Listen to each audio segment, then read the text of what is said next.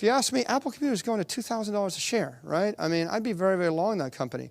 Whoever's selling that stock must be a moron, right? I mean, this is a company that's going to actually have 4 billion devices out there. If they roll them over once every 4 years, they're going to sell 1 billion devices a year.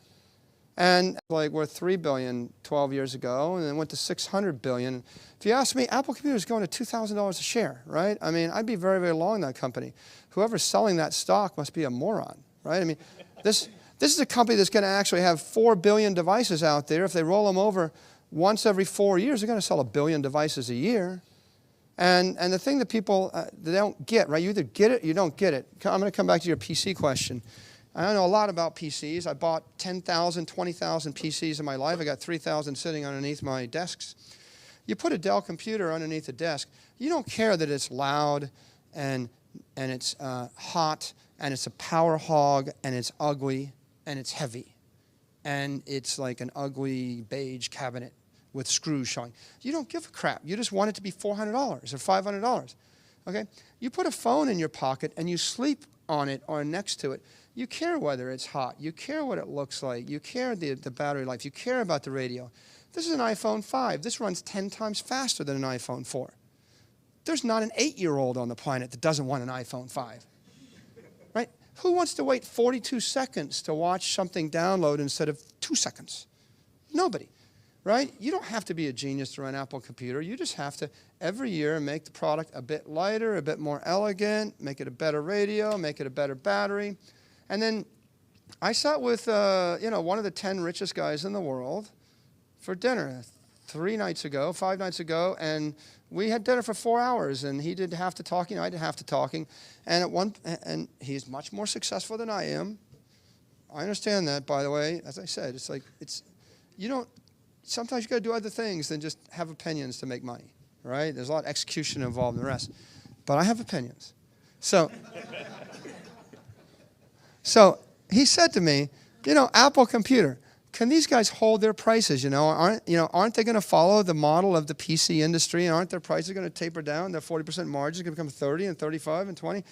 And it's another example of people just know enough to hurt themselves, right? If you're going to know a subject, you better know the subject, because being like a dilettante and knowing part of the subject is just enough to hurt yourself somehow.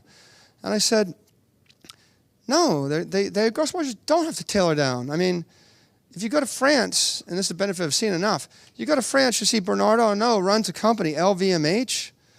They're selling handbags for $4,000, $3,000, $2,500 each. This is a device that women view as fashion, and it's 10,000 years old. And for 10,000 years, no, the prices are not lower after 10,000 years. If you actually care about this thing, how many women have $300 pair of shoes? How many have 2? How many have more than 2? Right? The truth of the matter is when the technology goes from being a utilitarian vocational brick that I put under my desk, no one gives a crap about that, to being a piece of clothing, right? A fashion statement, extension of your personality, a piece of jewelry. And iPhones, iPads, they're somewhere between clothing and jewelry and accessory. At that point, they can hold that price point forever. They can basically sell you another $500 device every 2 years forever, because everybody's got 5. And the first billion people have got that, and the rest of the world's getting elevated up. So I think that you're going to see you'll see a wider diversity of offerings. You'll see there will be cheaper tablets, and the $100 tablet will go to Pakistan and the 700 million peasants of China, and more power to them. That means those 700 million peasants are going to get a college education and get a master's in computer science, and I'll probably be hiring 20,000 of them. And I'll pay them $5,000 a year, which would be 5 times more than $1,000 a year, and then I'll pay them $10,000 a year, and the entire society will go from 2 billion to 3 billion to 5 billion white-collar workers, and as their discretionary income increases, they're going to buy more and more expensive things. And anybody sitting in the middle of that, controlling the software application networks that have all the asset value in them, those companies are going to benefit in a marvelous fashion. If you found this video valuable, don't forget to give it a thumbs up, subscribe for more content, and share your thoughts in the comments below.